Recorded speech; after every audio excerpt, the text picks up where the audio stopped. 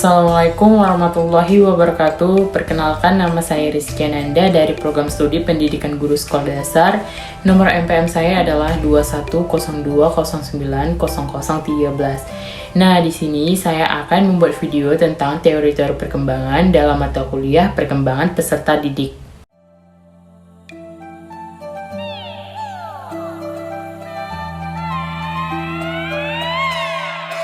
Dari judul video kali ini tentang teori-teori perkembangan, perlu kita ketahui bahwasannya teori merupakan seperangkat gagasan yang saling berkaitan dan menolong menerangkan sebuah data.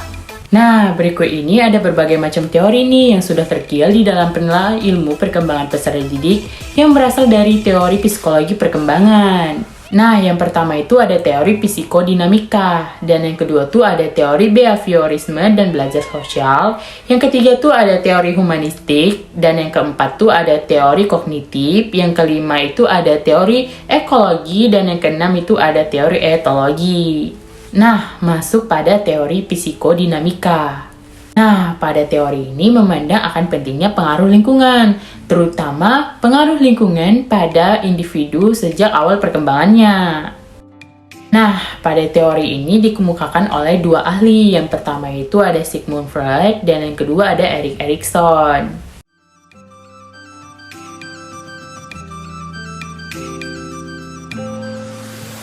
Selanjutnya ada teori behaviorisme dan belajar sosial. Nah, pada behaviorisme, dalam kajian ini, ahli yang diajukan untuk mewakili kaum behavioris adalah Bruce Frederick Skinner. Nah, para ahli perilaku yakin bahwasanya sesuatu yang dapat diuji itu hanya sesuatu yang dapat diamati dan diukur. Nah, pada teori belajar sosial, teori ini menekankan perilaku, lingkungan, dan faktor kondisi sebagai faktor kunci dari perkembangan individu. Nah, secara umum, teori ini mengatakan bahwasannya manusia itu tidaklah seperti robot yang tidak mempunyai pikiran dan menuruti kehendak para pembuatnya. Nah, tokoh pada teori ini adalah Albert Bandura. Nah, selanjutnya kita masuk pada teori humanistik. Humanistik teori telah dilukiskan sebagai angkatan ketiga dalam perpsikologi modern. Nah, teori ini menolak determinisme Freud dari insting dan determinisme Freud lingkungan dari teori pembelajaran. Nah, pendukung humanis ini memiliki pandangan yang sangat positif dan optimis terhadap kodrat manusia.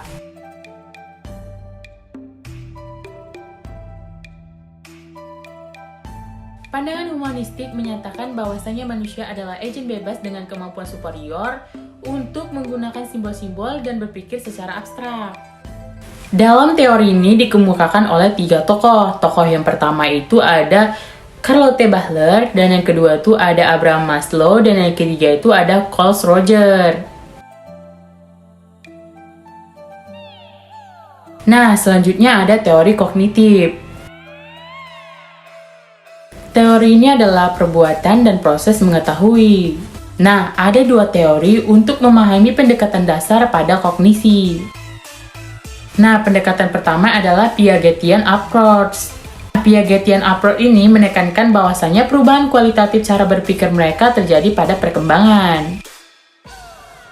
Nah, pendekatan kedua adalah teori dari Vygotsky.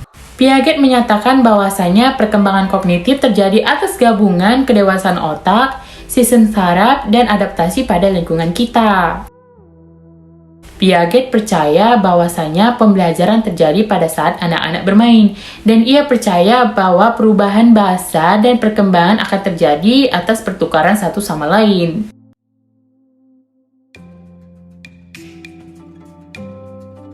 Nah, masuk pada teori ekologi.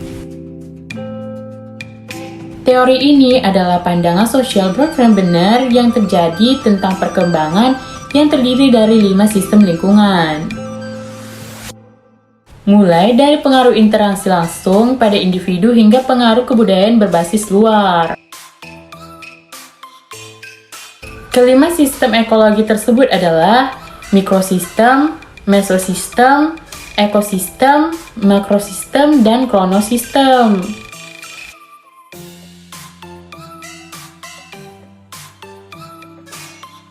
Nah, yang terakhir itu ada teori etologi.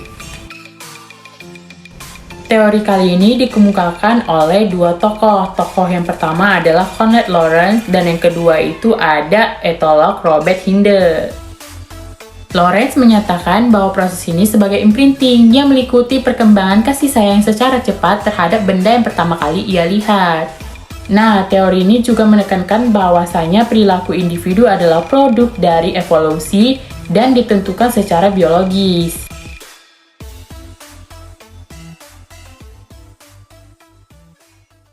Nah, mungkin sampai di sini saja penjelasan saya tentang teori-teori perkembangan ini. Saya harap kepada para penonton dapat mengerti apa yang telah saya sampaikan di dalam video ini.